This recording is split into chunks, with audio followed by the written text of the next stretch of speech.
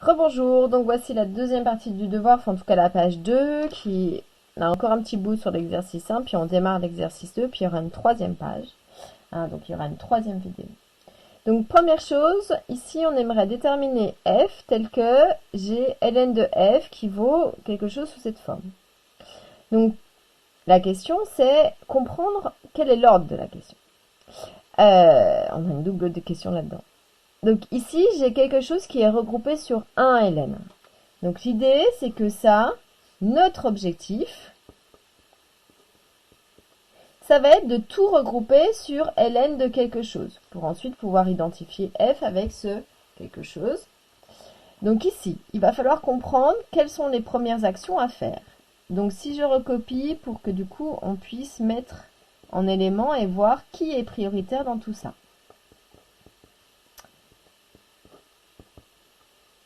Donc je sais que dans mes priorités, ce qui est prioritaire, c'est la multiplication. Or la multiplication, je la vois ici.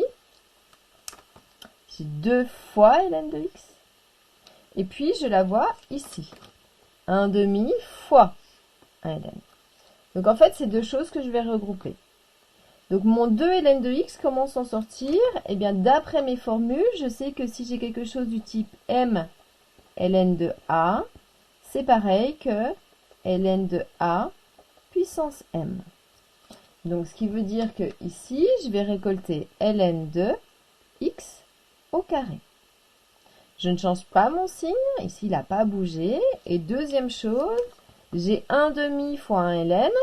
Je sais que quand j'ai une formule du type 1 demi ln de petit a, c'est pareil que ln de racine de ce petit a.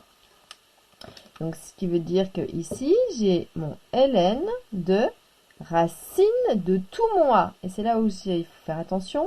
Mon a, c'est tout ça. Donc, ma racine, elle doit englober tout ça. Ensuite, ici, j'ai la différence entre deux ln. Or, si j'ai la différence entre deux ln, c'est que je suis de cet ordre de cette formule.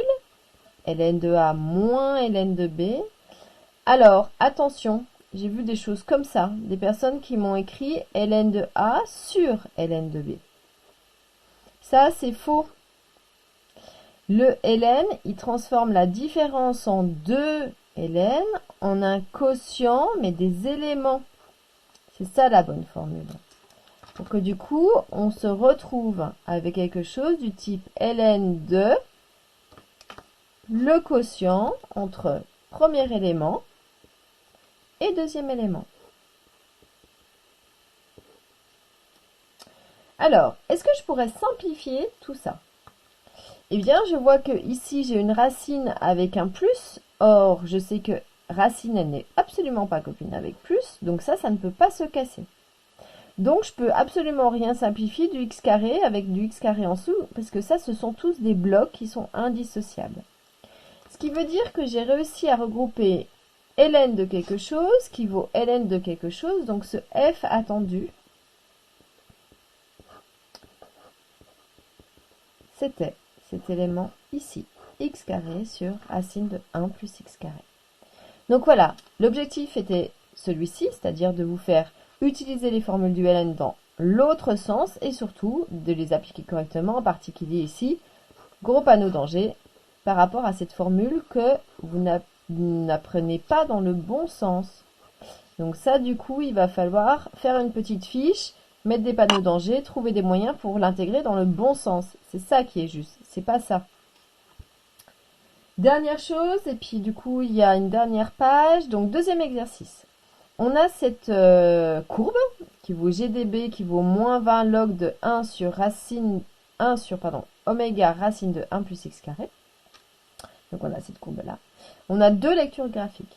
On aimerait donner la valeur de GDB de oméga si on a un premier oméga qui vaut 0,5. Donc, qu'est-ce que ça veut dire?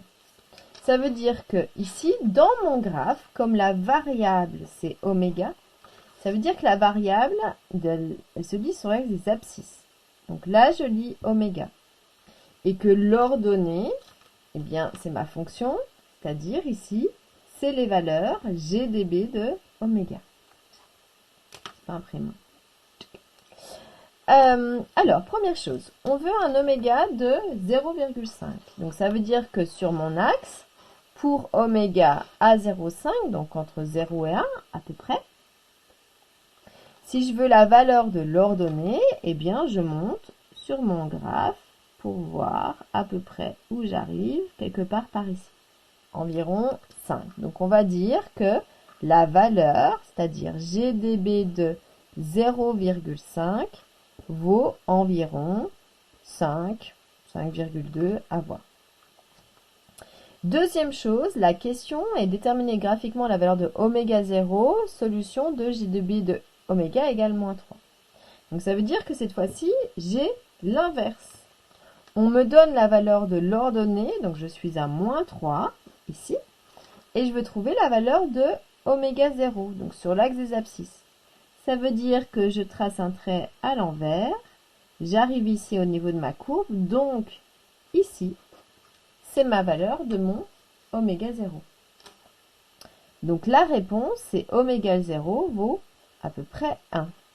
Donc attention, si vous me répondez GDB de 1 vaut moins 3, oui c'est vrai, sauf qu'on nous demande, la question, c'est quelle est la valeur d'oméga 0. Donc la réponse, c'est oméga 0 égale 1. Voilà, on va faire pause ici dans la vidéo et puis je vais vous montrer la troisième partie.